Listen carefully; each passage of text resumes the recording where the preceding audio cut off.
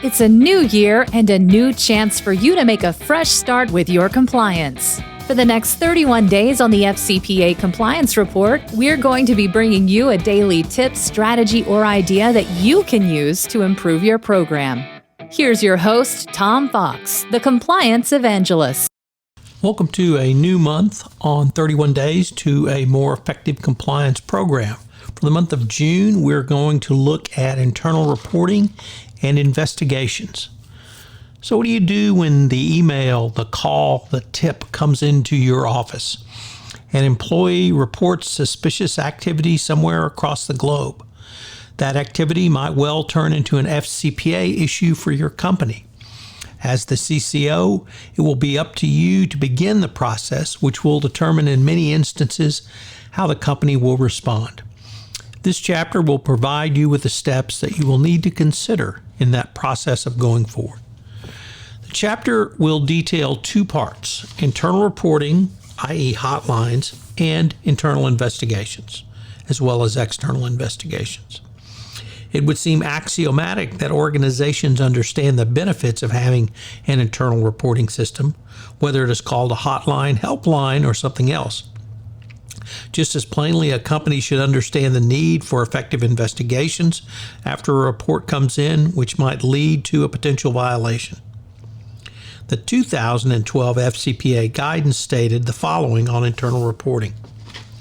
An effective compliance program should include a mechanism for an organization's employees and others to report suspected or actual misconduct or violations of the company's policies on a confidential basis and without fear of retaliation. That was it. This simple introduction was expanded upon in the 2019 guidance in a section entitled Confidential Reporting Structure and Investigative Process, with the following language. Another hallmark of a well-designed compliance program is the existence of an efficient and trusted mechanism by which employees can anonymously or confidentially report allegations of a breach of the company's code of conduct, company policies, suspected or actual misconduct. Prosecutors should assess whether the company's complaint handling process includes proactive measures to create a workplace atmosphere without fear of retaliation, appropriate processes for the submission of complaints, and processes to protect whistleblowers. Moreover, internal reporting systems are clear indicia of a working, operationalized compliance program. The 2019 guidance went on to state, confidential reporting mechanisms are highly probative of whether a company has established corporate governance mechanisms that can be effectively detect and prevent misconduct. An effectively working compliance program will have in place and have publicized a system which may include mechanisms that allow for anonymity or confidentiality, whereby an organization's employees and agents may report or seek guidance regarding potential or actual criminal conduct without fear of retaliation. It also raised the following questions in a section entitled Effectiveness of the Reporting Mechanism. How has the company collected, analyzed, and used information from its reporting system? How has the company assessed the seriousness of the allegations it has received? Has the compliance function had full access to reporting and investigative information?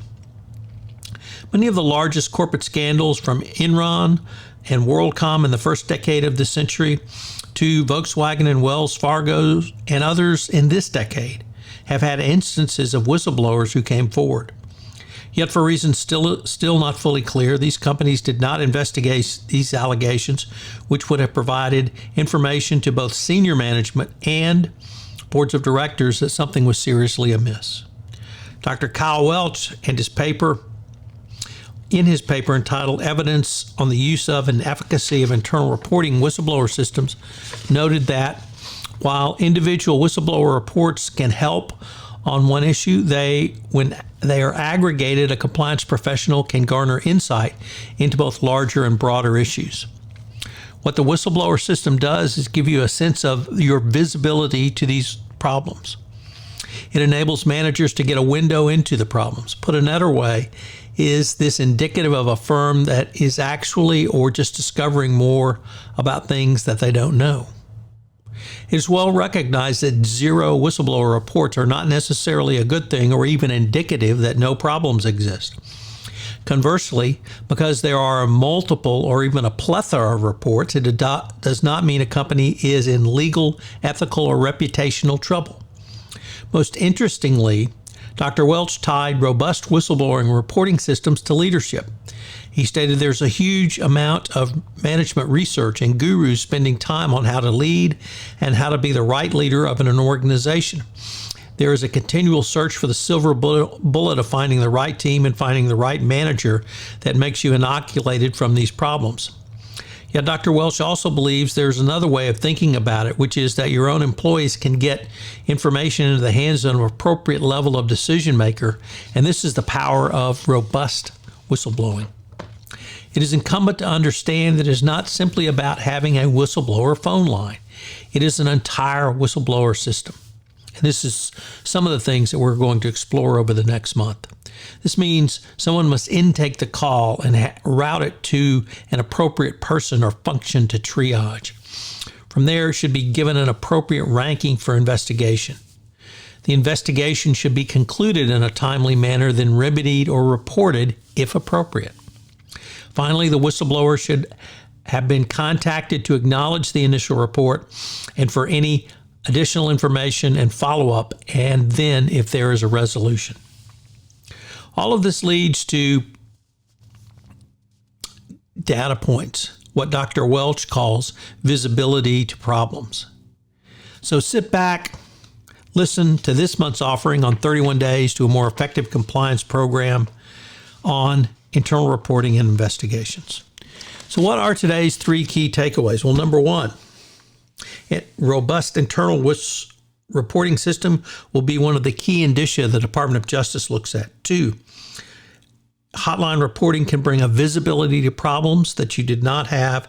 And finally, number three, hotline reporters must be treated fairly and justly for employees to trust your whistleblower system going forward.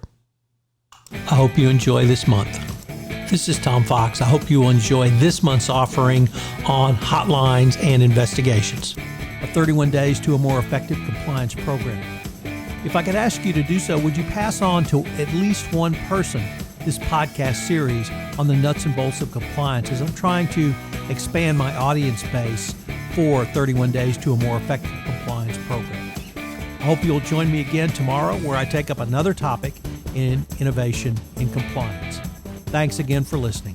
31 Days to a More Effective Compliance Program is a production of the Compliance Podcast Network.